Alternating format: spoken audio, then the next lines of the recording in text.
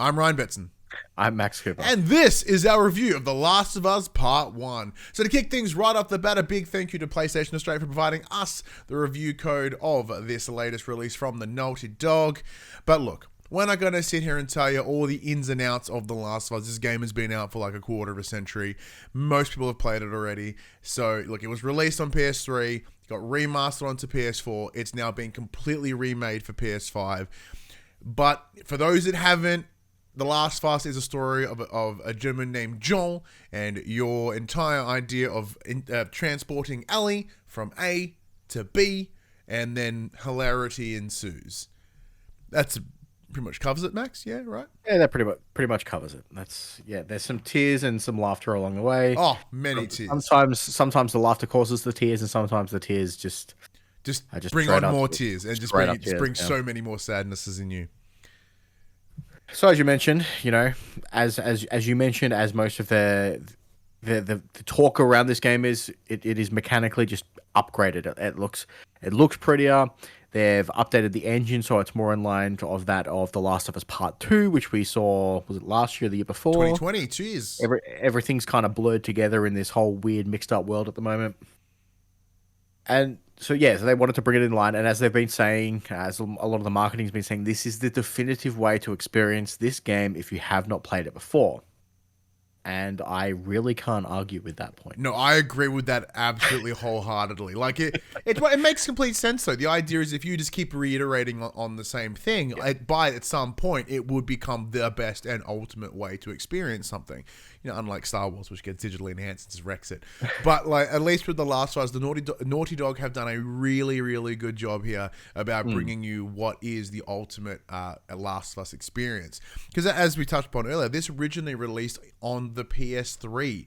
So when we've seen then the remaster, and then we go and see Last of Us Part 2, like that game is they're uncomparable in terms of quality. The Last of Us Part 2 set such an unrealistic bar that like Last of Us Part 1 is just looks like poo. It's such a great game, and we both have varying level of nostalgia with it, but objectively it does not look as good as Part 2. And there can be a little bit of that disconnect, especially if you go from one to the other, you're like, man, what the fuck happened? Apart from like a decade and 2 console generations. But I guess the big thing to discuss here, Max, is like, as you mentioned, like we agree this is the ultimate way to play, as my camera focus freaks out for a hot second.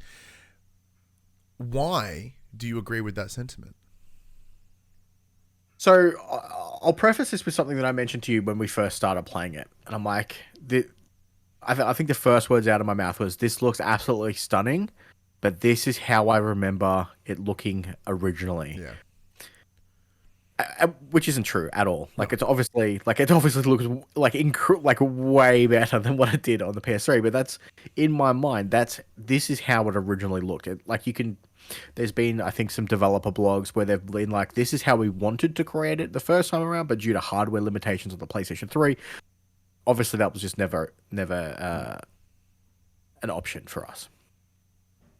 And now, bringing it into line with that of, 2 years ago for Part 2, upgrading that engine, upgrading all the biggest difference I think here are all the lighting effects. Yeah. I'm obviously playing it on a 4K HDR enabled screen, and when you hit those, because of the way the game plays, there's a lot of dark, dank, moist areas that really, well, yeah, I guess to a degree some of them are hot, but it really pops. But it forces you to use the flashlight that's built into the game because you cannot see dick without it. Yeah. And then as you're coming out of these tunnels, you just get the lighting effect from hitting that small opening at the end of the tunnel, and you can just see. It baffles me that they can even get. It can even be. They can even pull it off now with the hardware that we have. Like it looks just absolutely phenomenal. Exactly. In the same way, The Last of Us Part 2 had this unprecedented level of fidelity, and almost to like the nth degree, which it did almost seem kind of like, why would you put this much work into a game? This is ridiculous. All these small details that are relatively meaningless, but like it all adds to this greater world. Now, granted, because they're essentially rebuilding from the bones up of this game, unlike a remaster, which is, the same assets made them pretty. They're according to everything that Naughty Dog has said, they've completely rebuilt a lot of it on the framework of the original. So all the same motion capture, all the same set placement, etc. But they just grabbed everything and then rebuilt it all again. And so the point you made there is lighting. So lighting, I feel, is one of the best ways to show high quality. You can have relatively low asset quality or comparatively low asset quality, but if you have exceptional lighting, it'll look great. An example, we use a very current example. The other day, did you see the whole metaverse thing, and we get to see Mark Zuckerberg as that animated whatever? Oh, yeah. You know why it looked gross? Because the lighting was shit. There was no shadows. It was just all bright and it looked like shit.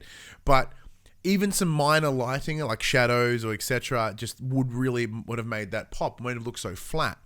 So here, with the mix of incredible lighting and an impeccable high dynamic range, because as you mentioned, when you start getting into those dark and gritty, because the first hunk of the game is set within, it's raining, and I think it's kind of like just a shitty time of the year in wherever they're based. I think it's Chicago. As you start moving through, the seasons change and it gets brighter, and you start to see how the world reacts differently to this light. But yeah, when you're in the night, rainy, the way water reflects, the way that the torch illuminates the tunnel that you're crawling through, it feels exactly how it has this dark and dank and feels very claustrophobic. And then as you make your way to the end of that tunnel, as you said, as that bloom comes in and then you see the world, you go, oh shit. Which anything, when you come through that, we'll use the opening scene, one of the opening scenes, when you leave that main housing area with Tess, you come out and the greens just pop. And you start seeing the density of the foliage and all these little minor details. And I think the big thing for me is that it's just clarity is the answer. The lighting's better, which helps that clarity, and everything in the distance has sharpness to it. Things that are understandably far away do have that distant haze, and that's what how vision works. But anything within a close enough proximity has a sharpness to it. So there's none of that blur or that low poly count from a distance. Yeah. Everything here is amazing. Now, unlike part 2, because once again, building on the frames, as I was reiterating before, and then I got myself into an ADHD side tangent, there are still things you can't interact with. The bins are bins, the bottles on the ground are this. There are some things that are fixed in place. An example is if there's an electric box with the door open, you can't bump the door shut. Where in Last of Us Part 2, I would feel that you'd be able to bump that closed. But because they're building on that same framework, there are some things that are just kind of do show its age. I think the controller scheme is something that kind of shows its age as well. But what really shines here is apart from that lighting, which I'm got such a hard on for lighting right now apparently, but is facial animation. The one thing and one of the other things they've taken across from part 2 is facial. So first of all, Ellie actually looks like a 14-year-old girl now. She's supposed to be 14, looks like 7 in the original. Joel has a more weathered face, which actually aligns with his face model in part 2. So you're genuinely seeing that a much stronger age progression, especially from the prologue into the main game, and then knowing what's coming in part 2. And that's the big things for me. There's that dude at the start who I forget, where you're with Tess, and I'm just going to reference stuff from the start of the game because I don't want to spoil too much shit, even for someone that hasn't played it. When you stump him on the ground and Joel's got his arm and they zoom in on his face, that's high level detail, almost like the RE engine, RE2 remake level of face fidelity, which blew me away almost instantly. And then later on, once you start seeing the clickers and you sort of see all the high detail in their capture, one of the things I did, and I'll probably will start posting them up now once the embargo drops, is that I have just been dicking about in photo mode because everything looks so fucking good. I don't do photo mode, but I'm like, ooh, like, oh, I got to take the little screenshot because it just looks so effing fantastic. But one of the things that you mentioned, because you were a little bit ahead of me at the time, you said the AI is better. Yeah. So there's a sequence fairly early on in the game where it kind of tries to explain what the different enemy types are, whether they be just what they refer to as runners versus clickers. Mm-hmm. And it pops up with the tutorial saying clickers are blind, they see via sound, and they're like, hey, here's like a little stealth based area for you. So I'm kind of trudging through a subway station essentially, or a little underground mall type thing, and the ground's littered with bricks and bottles to essentially throw to distract the enemies to get from point A to point B without being seen or spotted. It took me like 45 minutes. Now, I don't know if it's just me being absolute trash at games now, or they did seem to be... Because they do give you a warning of, hey, you're tilting your thumbstick too far, so you're not... Despite the fact that you're still crouched and stealthy, you're not with speed, moving. yeah. You're still moving with speed. So they're like, slow it down.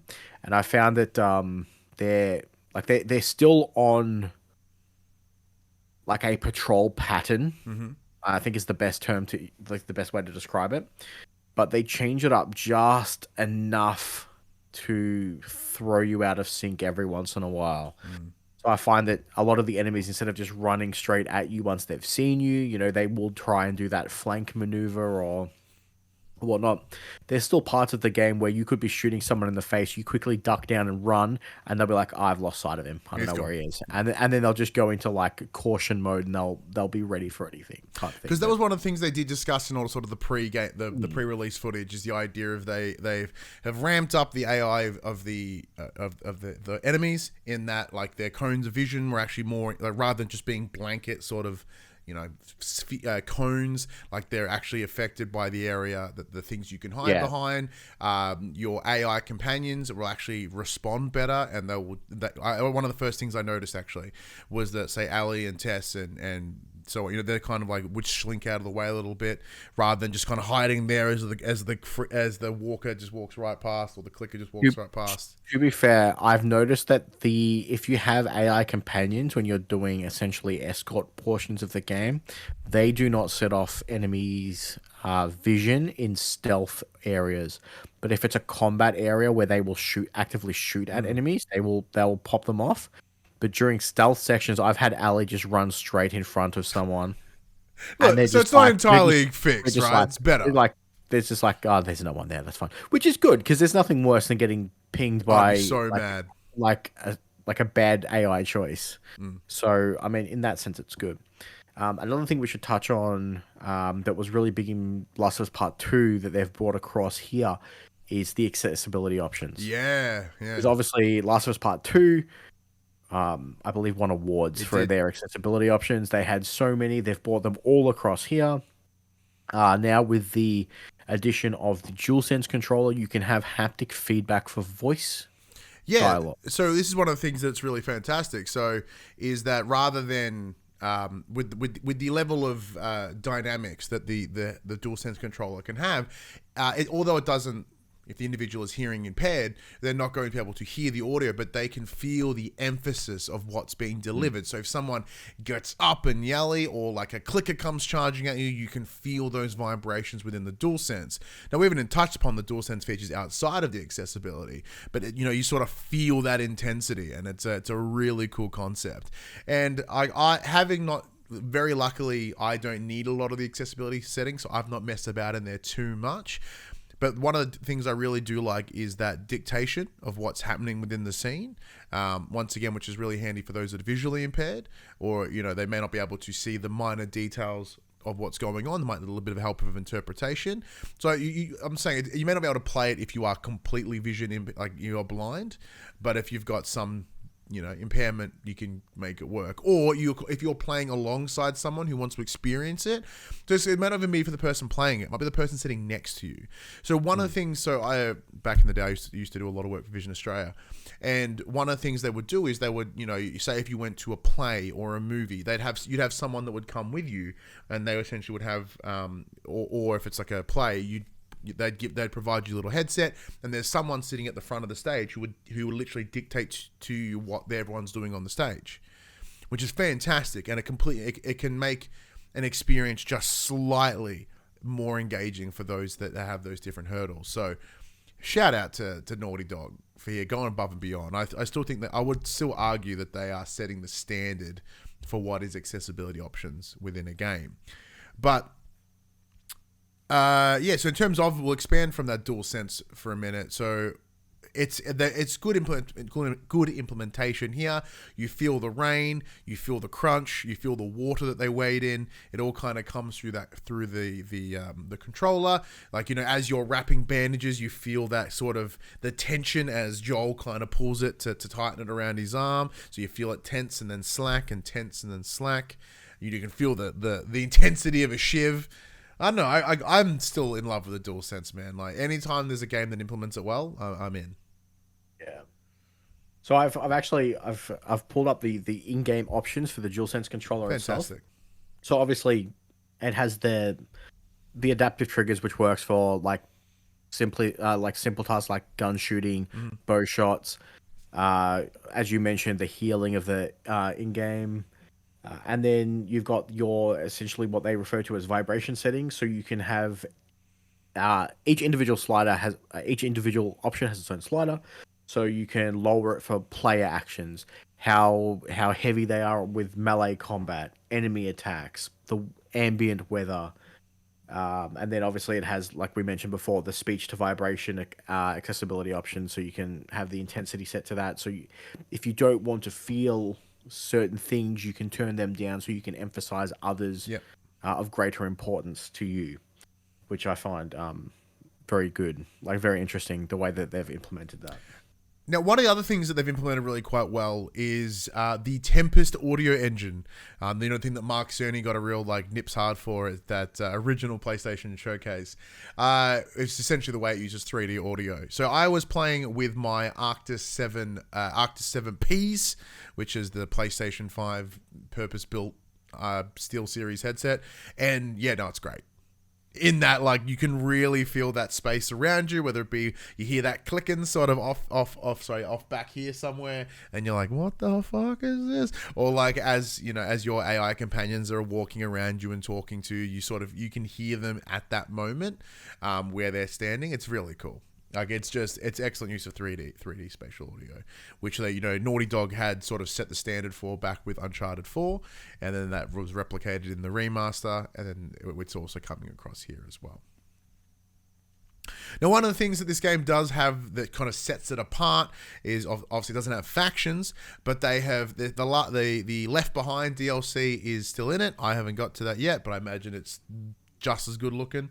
But the other thing is there's a couple little extra modes and little sprinkles of change. One of them being the permadeath mode, which is unlockable from the get-go, which is really, really cool. Now, having someone, I died super fucking quick.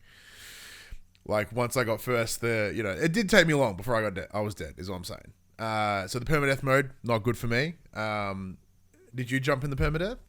No, I died 10 times against the same clicker trying to do the sneak bit. So, I definitely did not permadeath. Yeah. I don't think I'm good enough to permadeath. No, I don't have the patience. What I am interested in, though, is the new speedrun mode, where it essentially keeps an in-game timer for you. It shows your PB run, how you're tracking towards it. This is just from the key features that they've supplied us with. Unfortunately, it is locked behind you must complete the main story first. Almost everything outside of the permadeath, in terms of those additional modes, all locked behind having to finish the game. Now, in a way, it makes sense because I think this is heading to. Was this a console exclusive, or is this the version heading to PC? I'm unsure, but I have a feeling that it may head to PC later on. Because obviously a lot of those people haven't played the game before. They want you to experience it that in a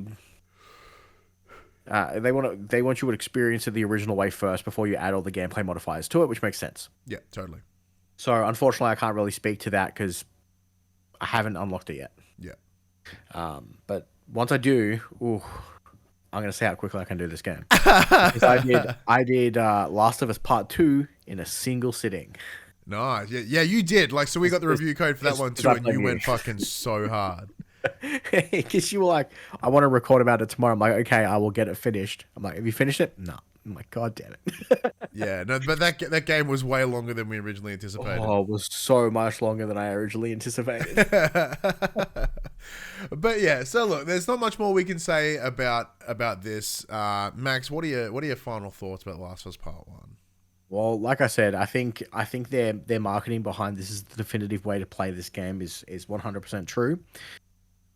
For those of you who have already played the game, this is a wonderful reason to go back. Mm-hmm. I must admit, to begin with, I was very skeptical at first. I had this running joke of that this is the Last of Us Part 1 version 3. 1.3. Because we obviously had the original, then the remaster for PS4, and then now this. Yeah. It's really good. Yeah. I've very much been enjoying my time with it. It has changed up some of those old archaic systems that were in the original title. They've now been upgraded to be more modern and fluid. The game handles a lot better. The game runs a lot better. The game looks a lot better. Just in every way possible, this has been a fantastic improvement upon what was already such a fantastic foundation of a game that it's hard to go wrong. I mean, you've made this comment a couple of times now. Who would have thought that good game is still good when it looks better? Yeah, no, like that's my entire summary of this is good game still good. Yeah, but better. Yeah. So I didn't mean to cut you off. Do you have more to say? I mean, just alone in the adding of all the accessibility options just makes this such a wonderful, way to experience this game again. Yeah, and I completely agree. As you said, like, the highlight is this is a definitive way to play the game. Yeah, I still completely agree. There are a number of things here that make this the best way to play this game. One, it is at its core the exact same game that we played on the PS3. So for better or worse, that is still the case. So if you ask someone that played it on PS3, you played it on PS4, I would recommend only buying this if you have to absolutely play it. Because you are getting the same experience prior. If not, if you're not chomping at the bit to buy this, pick it up on sale when it'll go on sale eventually, right? But if you're like us, large PlayStation fans, I had to get my hands on this. I had to spend time with it because it, as you rightly pointed out that I had said in our little private chats, a great game is still great. The game is still like a 9 or a 10 out of 10. It's fucking brilliant. There are some things that don't age as well in this and that, but I think that's the nature of the game itself, and I think that the controller scheme is part of that. But with the improvement on AI, which is one of the other things that aged the game pretty quickly, that has improved, so it kind of changes a lot of things. It's visually so much better. Like the facial animations, like I'm buying in almost instantly. Now, granted, being the big fan of The Last of Us I already am, it was an easy win for me. But that opening prologue, I was crying as it was the first day I saw it. If anything, it just looked better because you could see the minor details in the performances from Troy Baker. When you see the subtle nuances of pain and angst and just watching it throughout, and you see all these broken people and they're able to express themselves better. Like it's the one of, as there's a whole expression, like what body language is like 70% of communication. And when you have a game that's telling such an emotive and heartfelt and deep story that is primarily about a bunch of people communicating with each other, this is what makes it better. Because it's not as if it was bad before, but when you're able to see now minor performance nuances, when how Tess talks to someone, when how Bill talks to someone, when how Joel confronts Ellie, how when you see that like longing and pain, when he looks at her and he sees his daughter, You know, like these are things you can pick up in the other versions, but it hits home even harder here. And especially with The Last of Us HBO series right around the corner, if people are going to jump in and go, oh, that show looks really good. I do like that dude from Wonder Woman and the guy from Game of and the two people from Game of Thrones, you know, like Pedro Pascal and Bella Ramsey. This might be the best way to jump in. So if you haven't played The Last of Us, which is weird, you have a PS5, it's also weird. You're excited for the show. It's weird that you have one or don't have one. It's weird that you only just got one. Just saying. The series right around the corner. It's an absolute win for me. I can't not recommend it. Naughty Dog and The Last of Us is by far one of the best games the PlayStation has ever made and probably ever will make. And this is the best way to play it. But if you want to hear us talk more about PlayStation, you can at each and every week. Max, give that a quick little spiel. We'll send ourselves out of here. Well, you can hear our PlayStation-related podcast For the Players Monday morning at 8 a.m. on podcast services, including Apple Podcasts and Spotify, and 9 a.m. on those YouTubes. If you'd like to hit us up personally, you can. Check us out. We're on Twitter, Facebook, Instagram. Well, one of us is on Instagram, and Discord. All of those links can be found in the description below. If you want to join us when we record our PlayStation podcast live, you can over at twitch.tv/thepopculturists. We can watch us record it, jump in the chat, and become part of the show. If you want to support the show, you can. You can tell your friends, tell your family about the PlayStation podcast that we make. You can check it out on your podcast services. Max said gives a 5-star rating and a written review, or on the YouTube. If you like, subscribe, leave a comment below. I will always answer every single comment and say, hey, happen you fall down this hole and you're like, man, these guys are really nice. I'd like to support them financially. You can. Patreon.com/thepopculturists. But once again, big thank you to PlayStation Australia for providing us the opportunity to review this game ahead of release. We do truly appreciate the support and the trust. And we truly appreciate being able to play The Last of Us Part 1. Oh, yeah. Yeah, but until you see us on the regular show, I'm Ryan Betson. I'm Max Cooper. And that was our review of The Last of Us Part 1.